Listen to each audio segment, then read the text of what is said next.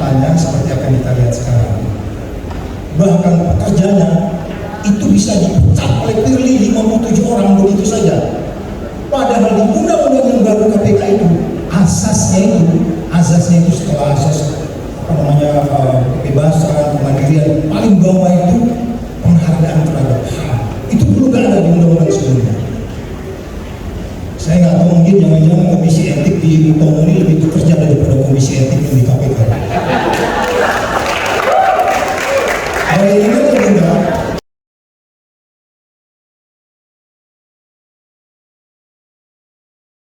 apakah seberapa penting ketika KPK kemudian revisi undang-undang, kemudian Pak Saud mengundurkan diri?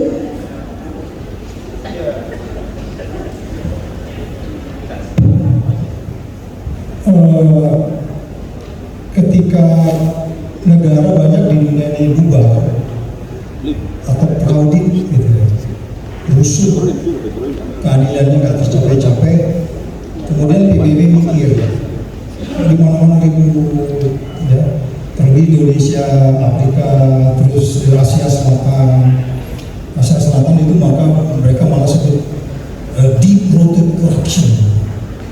Kalau Indonesia ini saya pikir bukan deep-rooted corruption, very deep-rooted corruption untuk Indonesia.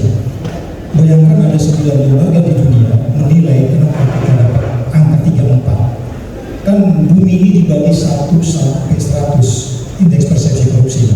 Indonesia angkanya 34. Saya meninggalkan KPK itu angkanya 40. Saya doublein OTT dari tahun 2015, tapi dari 2019 naik ke angka itu dari 36, 37, 38, 39, 40.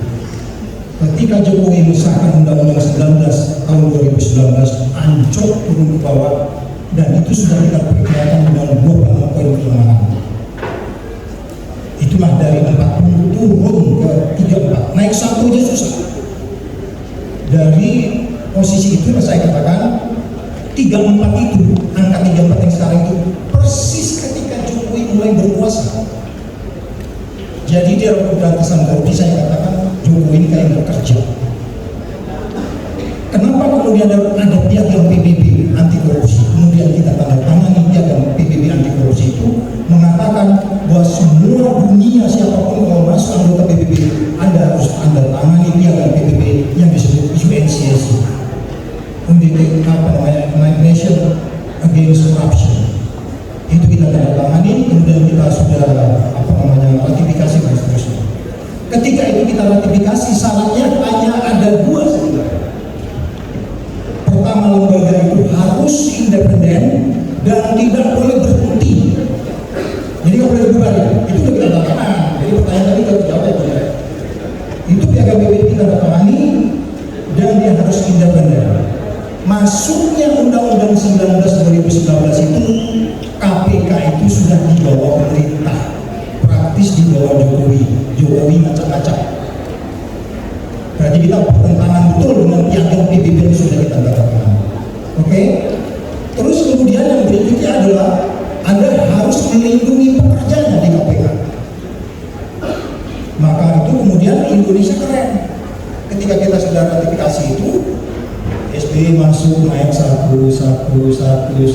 sampai kemudian dari 20 sampai 4 itu kemudian Jokowi masuk dan seterusnya. Nah, ketika itu Indonesia jadi contoh. Seluruh badan anti korupsi dunia hadir di Jakarta. Indonesia keren. Yuk kita belajar dari mereka bagaimana memberantas korupsi. Karena naik kan? Naik ke atas gitu. Kemudian lahirlah apa yang disebut Jakarta Komitmen. Jakarta Komitmen itu hasil pertemuan seluruh lembaga anti korupsi di dunia. Ada di Jakarta. Ini sama dengan Palermo Convention. Palermo Convention itu di depan dari undang-undang anti pencucian uang. Palermo Convention itu dibikin di Palermo karena Palermo itu kota yang banyak mafianya. Makanya transnasional crime, kejahatan antar negara itu, Palermo Convention makanya dibikin di Palermo. Diaplikasi dengan yang sama Jakarta Komitmen supaya dunia ini mengenali Indonesia. Contoh di Indonesia keren tuh. Nyatanya seperti akan kita lihat sekarang, bahkan pekerjanya itu bisa dipecat oleh Firly 57 orang begitu saja. Padahal di undang-undang yang baru KPK itu asasnya itu setelah asas kebebasan, kemandirian, paling bawah itu penghargaan terhadap HAM. Itu perlu gak ada di undang-undang sebelumnya. Saya nggak tahu, mungkin jangan-jangan komisi etik di UTOM ini lebih bekerja daripada komisi etik yang di KPK. Bayangkan juga ada 5 nilai yang disebutnya ISKPK. I-nya integrity, S-nya itu sinergi, kepemimpinan, profesionalisme, dan keadilan. Itu nilai, itu jadi standar komisi Dewan Pengawas. Ada orang dipecat begitu saja, nggak ada masalah. Ada orang yang telah membocorkan rahasia, nggak masalah. Ada 2 penyidik yang terkenal, direktur dan deputinya dipecat juga, nggak dianggap masalah. Kapolri sudah bilang, lu balik itu. Saya hari ini balik lagi kan. Kemudian ada nilai sinergi. Kapolri udah bilang, anak gua biarin situ dulu deh. Enggak diterima. Sinergi itu kayak begitu. Jadi mereka tidak paham terhadap nilai yang dia pilih. Ini tidak boleh dibubarkan karena kita sudah komitmen. Kita harus meneruskan pemberantasan korupsi ini. Karena dalam banyak cerita negara itu bubar hanya karena perilaku korupsi. Sekarang kita kembali ke diri kita aja deh. Lihat aja deh sekeliling kita. Negeri ini tambah baik kan? Saya nggak minta Anda menjawab. Tambah baik ya? Wah, bagus sekali. Baik. Tapi kalau kita pergi di suatu tempat, jawabannya nggak baik. Ya kan? Jawabannya depannya pasti ngaco gitu kan? Nah itulah kita sebutkan narasi. Berbeda pendapat itu jangan sampai dihalangi. Sebagaimana ada 3 calon saat ini, jangan dihalangi. Perbedaan pendapat itu kemudian dihalangi. Itulah narasi. Yang nggak boleh itu adalah nimpukin kepala saya ya. Ya, perbedaan pendapat itu harus jalan dan jangan pernah ada karena itulah bagian dari check and balance. Korupsi tidak pernah selesai di Indonesia karena tidak ada check and balance.